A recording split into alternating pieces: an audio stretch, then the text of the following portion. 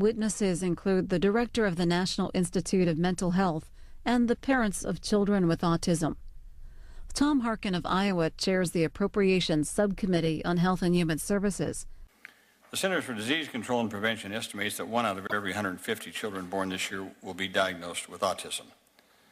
Among boys, the rate is even higher, 1 of every 94. We don't know what causes this disorder. Most researchers agree there's a genetic component, at least in some cases. Every discovery seems to raise more questions, as it now looks as though autism has not just one genetic cause, but many, and we still don't know what the triggering mechanisms are. Many experts suspect that environmental factors may also be at play, but again, we don't know what they are exactly, or whether they take effect during a child's first few months or years, or maybe during gestation. We know a little bit more about interventions. Some behavioral interventions seem to help if started early, but we're nowhere near a cure at all.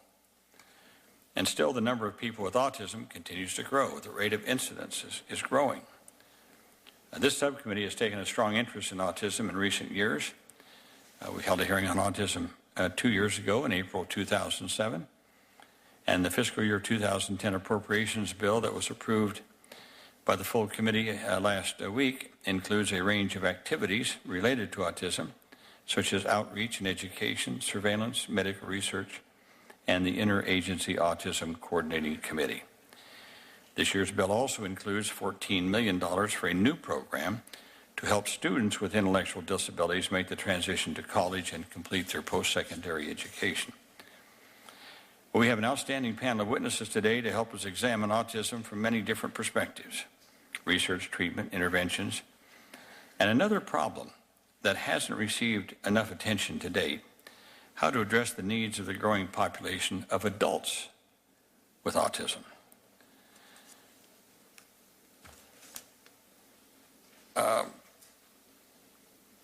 Let me just thank all the witnesses for coming here today.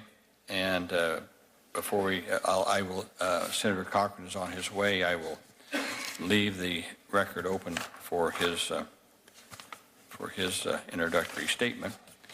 And we have 2 panels. Basically, the first panel is Dr. Thomas Insel, the director of the NIMH. And panel 2 is Dr. Geraldine Dawson, Mr. Joshua Cobbs from Iowa, Ms. Nicole Akins-Boyd is from Mississippi, David Miller from Virginia, and Ms. Dana Halverson from Iowa. So we cover, I think, just about all the aspects that we wanted to cover on autism with these 2 panels. And first we will open up with Dr. Thomas Insel, the director of the National Institute of Mental Health, the NIH, not a stranger to this subcommittee, been here many times. And again, Dr. Insel, welcome. As with you, as with all of the people testifying this morning, your statements will be made a part of the record in their entirety. And now we'll go to Mr. Cobbs. Mr. Cobbs, if I remember right, you're from Iowa, up near Sioux City. Yes, sir. I represent Sioux City area, of course. And you are the chairman of the Iowa Autism Council, the father of a 9-year-old boy with autism, Noah. I understand your wife Tina is with you here this morning? She's in the audience. Okay. And 2 other children, Ethan, 16, and Sydney, 8. You were here at our last hearing. Weren't you here a couple of years ago? I was, sir. I was in the audience in the last hearing. Right. And you've been involved in the telehealth project with a young boy with Noah, right? Yep, correct, sir. Well, I'm interested in what's happened in the last couple of years. So welcome to the committee. Please proceed. Thank you for having me. Good morning, Mr. Chairman and members of this distinguished committee. My name is Josh Cobbs. I'm the chairperson of the Iowa Autism Council, a parent advisor to Cnow, and most importantly, a parent of a child with autism. I spent over 7 years trying to better the lives of individuals and families affected by autism through insurance and education reforms. When I was last in front of this distinguished committee, I spoke of the successful and cost-efficient services my son received using telehealth technology. These services were provided in my home in Iowa from professionals in Florida through the Celeste Foundation's federally sponsored national research project. We were one of 15 families that participated in this demonstration across the nation. In this model, after a brief phase of on-site face-to-face training, which is crucial to build a therapeutic relationship, we were linked to professionals by an interactive video system that enabled live training, consultation, and support directly into our home when and where we needed it. Through this telehealth model, we received professional support in teaching our son language, life skills, and overall improving his quality of life. One of the main components of participating in this study was the reduction in our family stress through empowering us as frontline teachers and therapists. Additionally, through training and education in this project, we had a better understanding of our child's condition and those things we could bring to bear to improve his life. Not only did it improve my son's quality of life, but it had an impact on my family as well. Also, as a family, we showed a dramatic reduction in stress, anxiety, and became more focused as a family unit. I will never forget the call from my wife saying, "You'll never guess what our son did. He went potty on the big boy potty." This moment was a monumental moment for the entire family. While many consider toilet training a milestone, it becomes a super milestone when your child is 5 years old with autism and has additional burden of societal rejection. Through our telehealth connections and access to certified professionals, we were given the right teaching skills and able to achieve what previously was unobtainable. Our experience was chronicled in a two-part series filmed by the CBS affiliate in Sioux City, Iowa, and aired during recognition of Autism Awareness Month. We have copies of the footage that we would like to share with the committee, and it can also be viewed at www.celestefoundation.org. I cannot stress enough that the needs of persons with autism do not conveniently conform to clinic hours or professional appointments. We were able to access these professionals' help when we needed it, and it made all the difference. Also, just having the support in my home allowed natural interaction for my son and allowed the professionals to see the behaviors as they really occur. As chairperson of the Iowa Autism Council, I have the opportunity to speak with many family members and stakeholders within the autism community to learn their needs. From my perspective and my experience, these families are desperately in need of services. Today, as parents search online for appropriate telehealth services for their children, they are confronted with an array of unvalidated technologies and various individuals claiming expertise in treatment.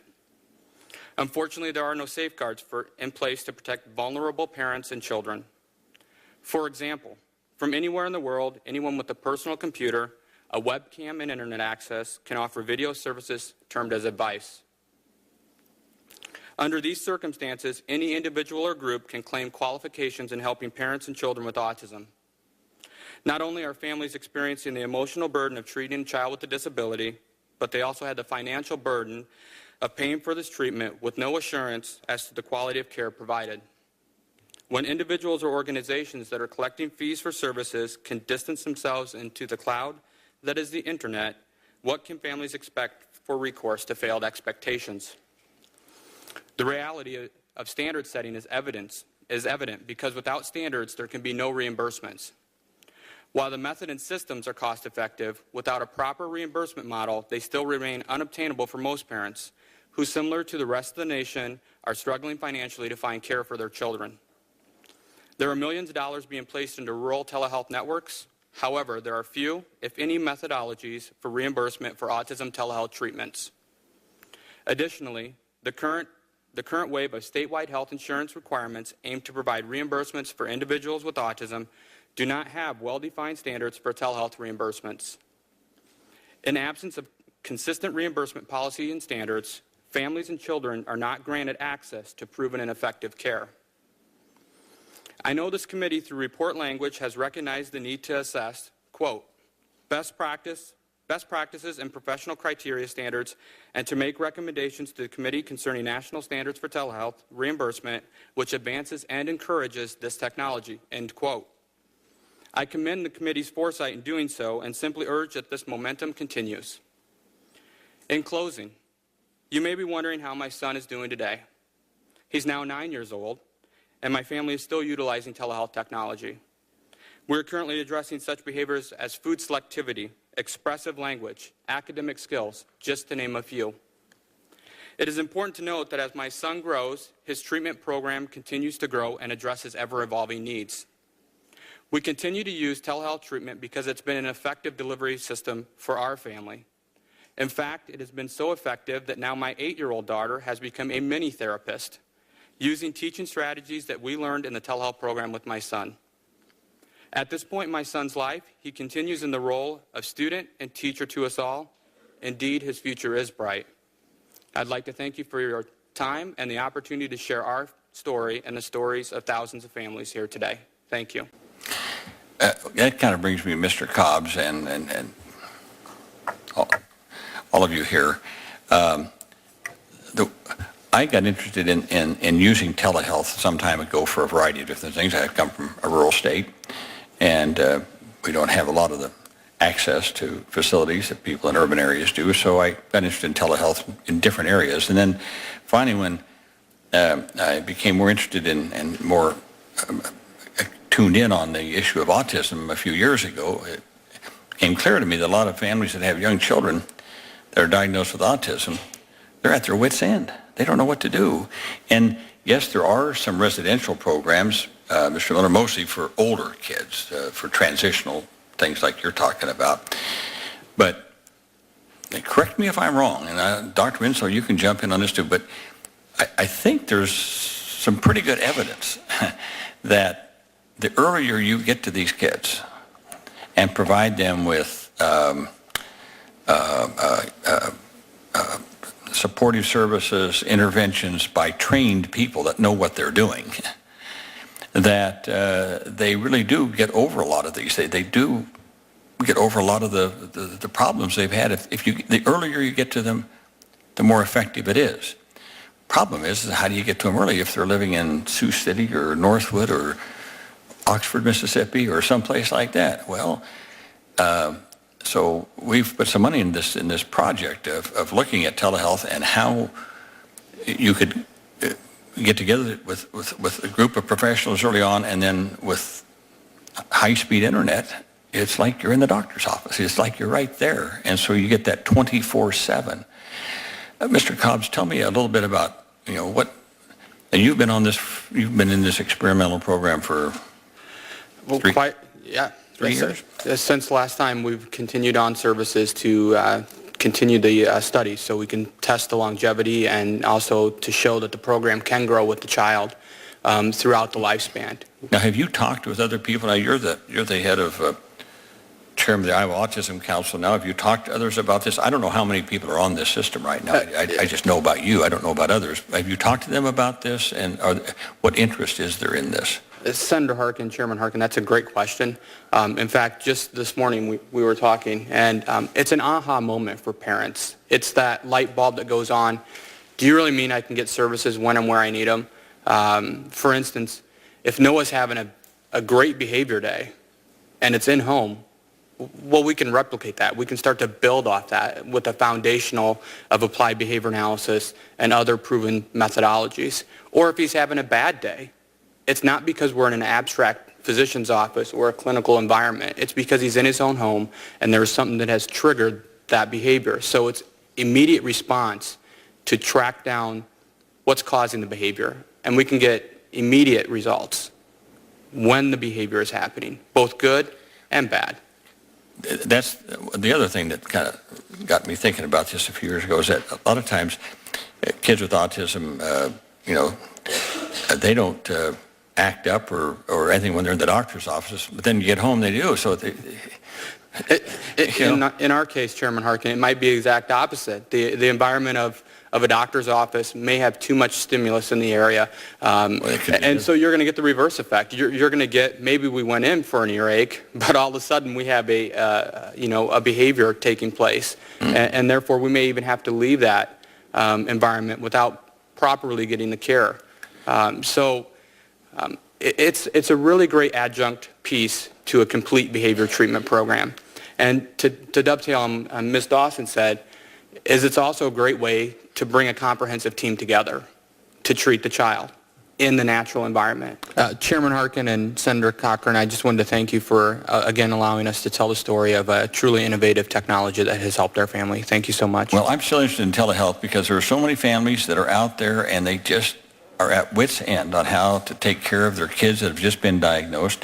They can't go to an office every day. They can't go but you're an example of what happens when you have someone, when the child is acting up, and someone, a professional with good standards, can come in and say, here's what you should do. Here's how you should take care of that action at that point in time. And but of course the problem is we don't get reimbursed for that. You hit the nail on the head, sir. You don't get reimbursed. Absolutely. If you go, probably, I don't know, if you went to a hospital or someplace, there'd probably be some reimbursement for that. I don't know, but somewhat. There still is, as Ms. Dawson and the others pointed out, a complete both public and private insurance breakdown for reimbursement for autism hopefully services. We'll look at that. And in this healthcare reform thing, I hope we'll look at that whole issue of reimbursement for, I almost put that in preventative category of services. Then again, thank you all very much. To me, this has been very informative. It's just good to be brought up to speed on it. We will continue our involvement in this issue of, just as I said, bedevils us all on getting a good handle on it. But Dr. Insel, thank you for your great leadership at NIMH and on the Interagency Task Force. And Ms. Dawson, all of you are here. Ms. Halverson, thank you very much. And believe me, we'll continue to pursue open inquiry and open, if there's questions out there, let's have some answers and let's pursue them. Thank you all very much. The committee will stand adjourned.